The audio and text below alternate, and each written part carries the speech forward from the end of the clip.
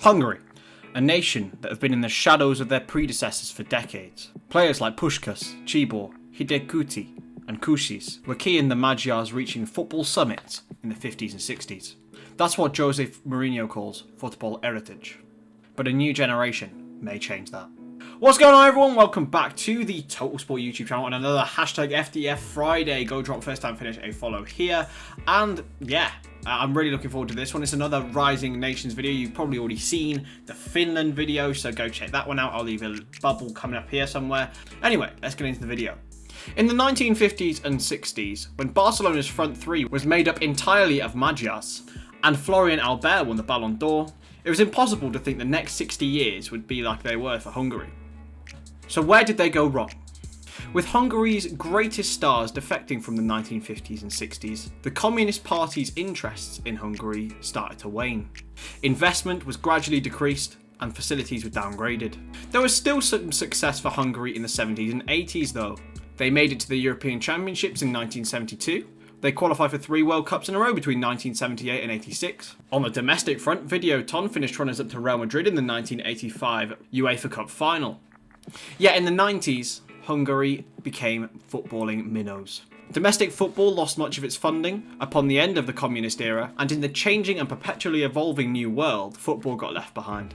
So how could they rebuild? How could they change? And how could they get to the standard that they are coming to today? First off, they had to reap success out of their youth systems, and they did that in the mid-noughties. The national team implemented the Puskas programme, with Hungary's under-17 side qualifying for the European Championships in 2007, and in 2009 they finished third at the Under-20 World Cup. Christian Nemeth and Peter Gulacsi ended up playing for Liverpool after this period. Meanwhile, Vladimir Koman, who was voted the player of the tournament at the Under-20 World Cup, played regular football in the Serie A for Bari and Sampdoria.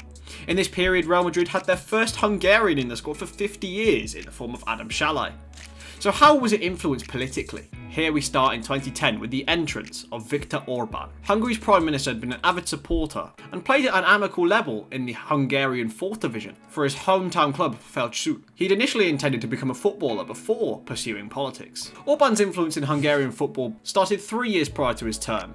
In 2002, he co-founded the Puskas Academia in his hometown with the intention to create a new academy designed to bring through Hungary's next generation of talent. Puskas Academia is not the only club or organisation to benefit from Viktor Orban's influence. He introduced a controversial tax relief scheme called the TAO. The scheme enabled corporations and large firms to divert a small portion of their taxes towards sports clubs. No fewer than 9 teams in the Hungarian domestic game built elite stadiums and facilities. So after Orban's influence was introduced, Hungary started to see a development of a new generation of stars. Many of the 2009 Under-20 World Cup squad didn't go on to have a really successful career, apart from perhaps the late development and blooming of Peter Gulacsi.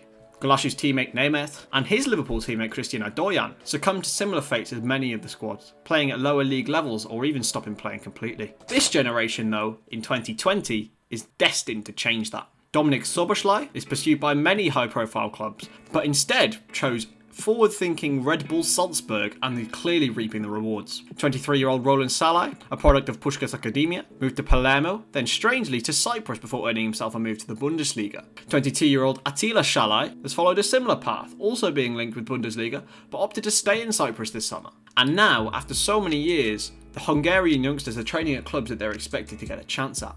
18-year-old Botond Baloch was recently given a start for Parma against Inter Milan.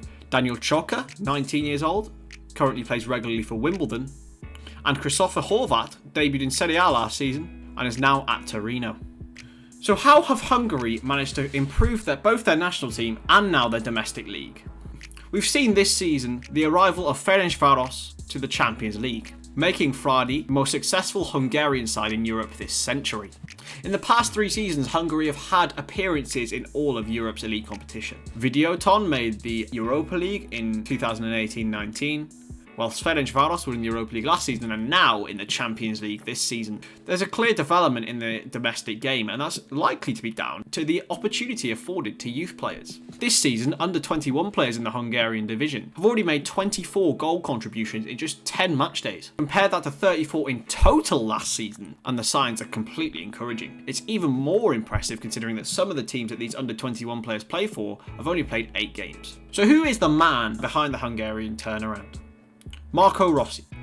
Bielsa's disciple, Marco Rossi is an innovative and principled coach. A former footballer for Eintracht Frankfurt and Sampdoria, Rossi's original stint in Hungary was not as successful.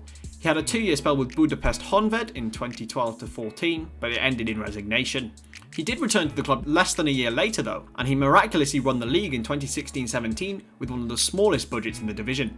After moving for a short spell in Slovakia, he became the manager of the Hungarian national team. Under Rossi's tenure, Hungary have often deployed a 3-man defence, with Viktor Orban dictating proceedings, alongside 2 fellow centre-backs, usually Attila Szalai and Endre Botka. The emphasis is on attacking with the wings, with 2 rampant fullbacks, a solid midfield and 2 forwards. Rossi learnt much of his philosophy from Marcelo Bielsa as a player, when he played with Club America. Speaking to Mondo Football, Rossi recalled his memories of Bielsa, saying, "People already called him loco, crazy, because he was so obsessed, almost paranoid with his attention to detail. He had a private office in the America Sports Centre, and he would often watch football games on VHS night and day."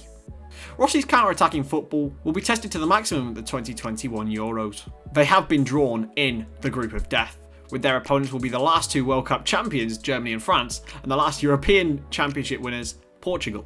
Rossi and co were desperate for a golden age in Hungarian football. Whether that is coming or not is there to be seen, but there is certainly positives to be taken. Thank you very much for watching, guys. I do hope you did enjoy this video. If you did, please drop a like, it would be greatly appreciated. And aren't we all excited now to watch Hungary at Euro 2021? How do you think they'll do in the competition?